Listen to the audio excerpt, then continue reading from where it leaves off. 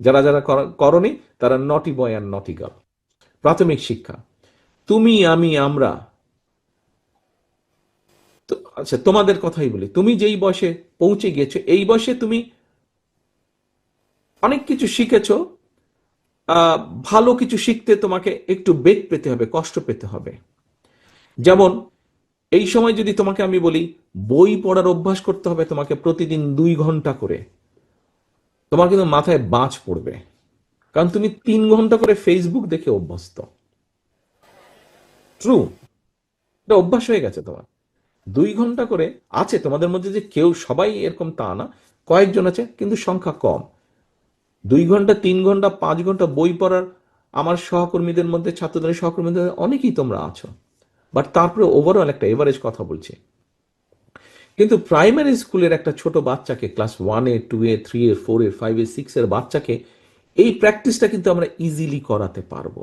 যে বই পড়তে হবে, no Facebook, no social media, যাও হাফ 1 আওয়ার 1 ঘন্টা থাকো, বই পড়তে হবে, খেলতে হবে, মানুষকে সহযোগিতা করতে হবে, গাছের যত্ন নিতে হবে, পশু পাখির যত্ন নিতে হবে, বড়দের সাথে ভালো ব্যবহার করতে হবে, কারোর সাথে ঝগড়া করা অ্যাভয়েড করতে হবে, বড়দের সাথে বেয়াদবি করা অ্যাভয়েড করতে হবে, মুখে মুখে তর্ক করা অ্যাভয়েড করতে হবে, যুক্তি তর্ক দিয়ে কথা বলতে হবে। এই জিনিসগুলো কিন্তু আমরা ক্লাস 1, 2, 3, 4, 5, 6 এর প্রাইমারি স্কুলের বাচ্চাদেরকে আমরা শিখাতে পারবো, শেখানোটা অনেক সহজ হবে। এবং তাদেরকে যদি আমরা শিখাতে যাই, এই ভালো জিনিসগুলো শিখাতে চাই, তাহলে আরেকটি জিনিস আমাদের দরকার, সেটি হচ্ছে আমাদের শিক্ষক, প্রাইমারি স্কুলের যে শিক্ষক। দেখো, আমি কাউকে আঘাত করছি না, কিন্তু বাস্তবতা যেটা, যতটুকু তোমরাও যেন আমিও যেন এই দেশে যখন ছিলাম দেখেছি কম বেশি, নর্মালি মাস্টার্স পাশ করেছে, ডিগ্রি পাশ করেছে, ঠিক আছে, কোথাও চাকরি পাচ্ছে না, মোটামুটি পাশ করেছে, এরকম লোক প্রাইমারি স্কুলের গিয়ে টিচার হয়ে যাচ্ছে। কিন্তু প্রাইমারি স্কুলের টিচার কারা হবে? প্রাইমারি স্কুলের টিচার তো তারাই হবে যারা মানে ভালো স্টুডেন্ট। কারণ ভালো স্টুডেন্ট যদি টিচার হয়, সে তখন তার স্টুডেন্টদেরকে ভালো জিনিস শেখাতে পারবে, ভালো জিনিস শেখাবে। এখন এখন তোমরা হয়তো বলতে পারো, তাহলে কি প্রাইমারি স্কুলে যারা ভালো স্টুডেন্ট ছিল না, কিন্তু প্রাইমারি স্কুলের টিচার হয়েছে, তাদের সবাইকে আমরা বের করে দেবো চাকরি থেকে, নতুন নিব? না, তা আমরা করব না। যারা শিক্ষক এর মধ্যে আছেন প্রাইমারি স্কুলের, তাদেরকে আমরা ট্রেনিং এর ব্যবস্থা করতে চাই, তাদেরকে আমরা ট্রেনিং দিতে চাই, ট্রেনিং দিয়ে তাদেরকে বেটার টিচার করতে চাই। তারা টিচার আছেন, তাদের মধ্যে আরো, তাদের নিশ্চয়ই বিভিন্ন রকম কোয়ালিটি আছে, সেই কোয়ালিটিগুলো আমরা তাদেরকে সুযোগ দিতে চাই, সেইগুলা যাতে তারা মোর সেগুলোতে তারা প্র্যাকটিস করতে পারে এবং ভালো টিচার হতে পারে। এবং সেটা আমরা কিভাবে তাদের সাথে, ওয়ান ট্যাব ওয়ান টিচার নিশ্চয়ই তোমাদের সাথে এক্সপ্লেন করা, তোমাদের সামনে এক্সপ্লেন করা হয়েছে, করেছেন, ওয়ান ট্যাব ওয়ান টিচার। আমরা ট্যাবের আন্ডারে একটা ছোট কম্পিউটার দিই তাদেরকে, প্রায় 3.5 লক্ষের মতন টিচার আছে, বা তারও কিছু উপরে প্রাইমারি স্কুল টিচার আছে। পুরা জিনিসটাকে, পুরো সিস্টেমটাকে আস্তে আস্তে নিয়ে আসতে চাই আমরা। সেটার মাধ্যমে তাদেরকে আমরা ট্রেনিং দিব। সেটার মাধ্যমে শুধু তারা ট্রেনিংই পাবে না, তারা সেটার মাধ্যমে আবার বিভিন্ন কোর্স বাচ্চাদেরকে শেখাতে পারবে।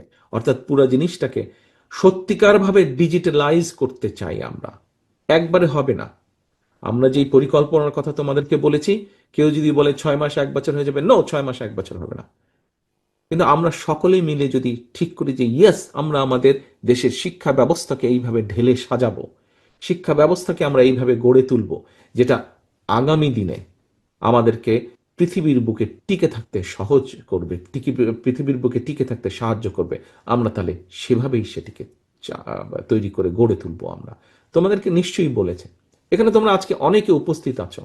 আমি যদি তোমাদেরকে প্রশ্ন করি, যেই কথাটি দিয়ে আমি শুরু করেছিলাম, যে কারণে তোমাদেরকে আন্তরিক শুভেচ্ছা, আমি ধন্যবাদ জানিয়েছিলেন, যে তোমরা তোমাদের গোল্ডেন সময়টাতে, গোল্ডেন সময়টাতে যেখানে তোমরা নিজের ব্যক্তি লাইফ গড়ে তুলতে পারতে, সেইটা বাদ দিয়ে তোমরা চুজ করে নিয়েছিলে কি, দেশের মানুষের অধিকার প্রতিষ্ঠা করার জন্য। আজকে তোমাদের সামনেও, আজকে তোমাদের সামনেও কিন্তু আমরা, তোমাদেরকে যদি জিজ্ঞেস করি, তোমরা বলতে পারবে ভাই আমাদের তো টাইম পার হয়ে গেছে, বয়স পার হয়ে গেছে, আমরা কিভাবে চাকরি বাকরি করব, কি চাকরি করবো, অনেকের আছে এই জিজ্ঞাসা, অনেকের আছে না তোমাদের মধ্যে, যে আমার তো বয়স পার হয়ে গেছে, আমি সরকারি চাকরি পাবো না, আমি কি করব। তোমাদের সামনে কিন্তু আজকে এইরকম একটা লিফলেট তোমাদের ফোল্ডারের মধ্যে আছে, এরকম একটি লিফলেট তোমাদের ফোল্ডারের মধ্যে আছে, দেখেছো, নীল এবং সবুজ কালার। এবং সেখানে কিন্তু বিভিন্ন রকম জব, কি কিভাবে কি কি জায়গায় আমরা কর্মসংস্থান করতে তৈরি করতে পারি। হ্যাঁ ভাই, তুমি ছাত্র দল করো, বাস্তবতা আমাদের তো মানতে হবে। দেশের একটা নিয়ম আছে, রাষ্ট্রের একটা নিয়ম আছে যে এই এইজের পরে আর আমরা দিতে পারবো না, সেই জন্য দিতে পারবো না। কিন্তু যাদেরকে আমরা দিতে পারবো না, শুধু ছাত্র দল না, এরকম বহু শত হাজারো লক্ষ লক্ষ যুবক আছে, শত লক্ষ হাজারো নারী আছে, মেয়ে আছে, যাদেরকে চাকরি হয়তো বয়সের কারণে দেওয়া সম্ভব হবে না, কিন্তু তাদের জন্য আমরা রাস্তা তৈরি করতে চাই, তাদের জন্য আমরা উপায় বের করতে চাই। সেটি আইটি সেক্টরে হতে পারে, সেটি কন্টেন্ট মেকিং এ হতে পারে, সেটি ডিপ্লোমা কোর্সের মাধ্যমে হতে পারে, সেটি বিভিন্ন টেকনিক্যাল ট্রেনিং এর মাধ্যমে হতে পারে। অর্থাৎ তোমার যাতে হতাশার কোনো কারণ না থাকে, তোমার যাতে উপায় বের করে থাকে। ঠিক আছে, আমার বয়স শেষ হয়ে গেছে, আমি এই চাকরি পেলাম না, ওই চাকরি পেলাম না, কিন্তু তারপরে রাষ্ট্র আমার জন্য এই উপায় বের করেছে। আজকে তুমি যদি একটা বিদেশি ল্যাঙ্গুয়েজ জানো, তুমি ধরো আজকে জার্মান ল্যাঙ্গুয়েজ জানো, তুমি সাথে ইংরেজিও কম বেশি জানো, তুমি জার্মান ল্যাঙ্গুয়েজও জানো, এবং তোমার একটা টেকনিক্যাল ট্রেনিং আছে, কি তুমি ল্যাব অ্যাসিস্ট্যান্ট বা ল্যাব রিসার্চার তুমি হতে পারো, এরকম একটা ট্রেনিং তোমার আছে, তোমাকে কেউ আটকে রাখতে পারবে? তোমাকে কেউ আটকে রাখতে পারবে না। তুমি ঠিকই বিদেশে গিয়ে চাকরি খুঁজে নিতে পারবে, তুমি বাংলাদেশে বসেই চাকরি খুঁজে নিতে পারবে। আজকে এই যে পেপলের কথা হয়েছে, আজকে আমরা অলরেডি একটা টিমের সাথে কথা বলছি। তোমাদের মতন বহু লক্ষ লক্ষ তরুণ আছে, হাজারো লক্ষ তরুণ বাংলাদেশে আছে, সে ছাত্রদলের মেম্বার হোক অথবা না হোক, নিরপেক্ষ একজন মানুষ হোক, বিভিন্ন জন। আজকে তো এই যে মোবাইল ফোন হাতে হাতে আছে, কন্টেন্ট মেক করে, ছোট ছোট 1 মিনিট, 2 মিনিট, 1.5 মিনিট, 3 মিনিট, 5 মিনিটের কন্টেন্ট তৈরি করছে, বিভিন্ন ভিডিও কন্টেন্ট তৈরি করছে, কিন্তু এই কন্টেন্টটা তৈরি করে সে ঠিক মতন প্ল্যাটফর্মে দিতে পারছে না।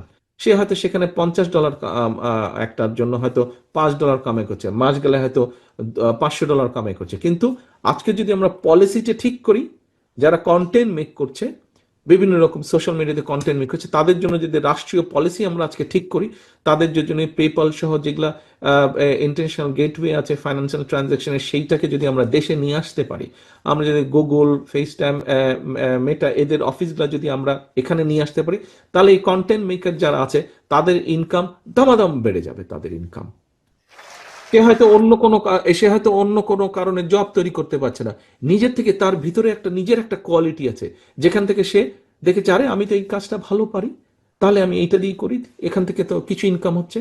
আমাদের লক্ষ্য হচ্ছে এখন তার জন্য পলিসিটা তৈরি করা, যাতে তার ইনকাম বৃদ্ধি পায়। তারপরে যখন 5 জন বন্ধু হয়তো কন্টেন্ট মেক করছে, এই 5 জন বন্ধু একসাথে যখন হবে, একসাথে কন্টেন্ট মেক করবে, যখন এই 5 জন বন্ধু, তখন তারা একটা ছোট্ট প্রতিষ্ঠান তৈরি করতে পারবে। প্রতিষ্ঠান তৈরি করে যখন তারা একটা কোম্পানি ফর্ম করে যখন কন্টেন্ট মেক করবে, সেটা যখন থ্রো করবে, তাদের ইনকাম অটোমেটিক অনেক বেশি বৃদ্ধি হবে। আমাদেরকে এই জিনিসগুলোতে চিন্তা করতে হবে, আমাদেরকে এই জিনিসগুলোতে দেখতে হবে। এরকম বহু উপায় আছে, যেই উপায়গুলো আমরা বের করার চেষ্টা করছি। আবারও সকলের প্রতি, সকল রাজনৈতিক দলের প্রতি সম্মান রেখে বলতে চাই, বিএনপি ছাড়া আজকে এই মুহূর্তে, এই যে 8 ঘন্টা ধরে তোমরা আলোচনা করেছো তোমাদের সামনে, এখানে এখানে বিশেষ করে যদি আমরা এটাও ধরি, এই যে জব ক্রিয়েশন, একদিকে সবুজ এবং একদিকে নীল আছে, এই লিফলেটটাও তোমরা যদি ধরো, প্রত্যেকটা যে পাতার মতন আছে, প্রত্যেকটা পাতার মধ্যে যদি তোমরা যাও, পাতা মানে এই যে গাছের পাতার মতন, তাহলে তোমরা দেখতে পারবে অনেকগুলো সাবজেক্ট লেখা আছে যে কোথায় কোথায় স্কোপ তৈরি করা আছে। আমরা যে বলছি কোটি মানুষের কাছাকাছি আমরা জব তৈরি করব, কিভাবে তৈরি করব, কেন শুধু তো মুখের কথা বলছি না, আমরা আমরা জায়গাগুলো, স্পেসগুলো, প্রবাবল স্পেসগুলো আমরা তৈরি করেছি, প্রবাবল জায়গাগুলো, সেক্টরগুলোকে আমরা আইডেন্টিফাই করেছি, প্রবাবল জায়গাগুলোকে আমরা বের করেছি। ইয়েস, এখানে এখানে আমি আমার ছেলে মেয়েদের চাকরির ব্যবস্থা করতে পারবো, এখানে এখানে আমি তাদের কর্মসংস্থানের ব্যবস্থা করতে পারবো, এবং সেজন্যই আমরা যাচ্ছি। আমরা খেলোয়াড় তৈরি করতে চাই, প্রফেশনাল খেলোয়াড় তৈরি করতে চাই, আমরা টিচারদের ল্যাঙ্গুয়েজ টিচার তৈরি করতে চাই, আমরা ল্যাঙ্গুয়েজ শিখাতে চাই, বাচ্চাদেরকে, ছেলে মেয়েদেরকে ল্যাঙ্গুয়েজ শিখাতে চাই। আমরা রিক্সা চালক 35 বছর যাবৎ কেন রিক্সা চালাবে, সিএনজি চালক বছরের পর বছর কেন সিএনজি চালাবে, সে তারও বেটার কিছু করতে পারে, তাদেরকে ধীরে ধীরে পর্যায়ক্রমিকভাবে আমরা ট্রেনিং দিব।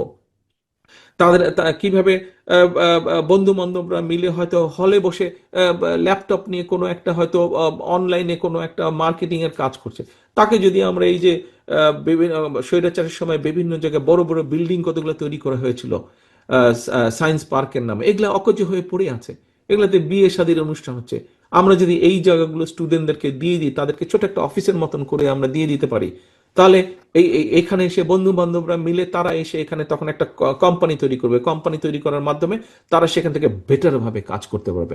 এখন হয়তো হলে থাকছে বা মেসে থাকছে, ওই খাটের উপরে শুয়ে শুয়ে বসে বসে তাকে হয়তো কাজ করতে হচ্ছে, কিন্তু সে যখন একটা ফর্মাল প্রপার জায়গা পাবে তখন সে তার ওই হয়তো মাসে সে 50,000 টাকা ব্যবসা করছে, 50,000 টাকার ব্যবসাকে সে রাতারাতি হয়তো 5 লাখ টাকার ব্যবসায় সে নিয়ে যেতে পারবে, যদি তাকে আমরা প্রপার একটা স্পেস তৈরি করে দিতে পারি। ইয়াস, আমরা এই জিনিসগুলা চিন্তা করছি, এইভাবে চিন্তা করছি। প্রিয় ভাই বোনেরা, এই কথাগুলা আমার আগে অন্যরাও বলে গিয়েছে। তোমাদের কি মনে আছে কি কি তারা বলেছে?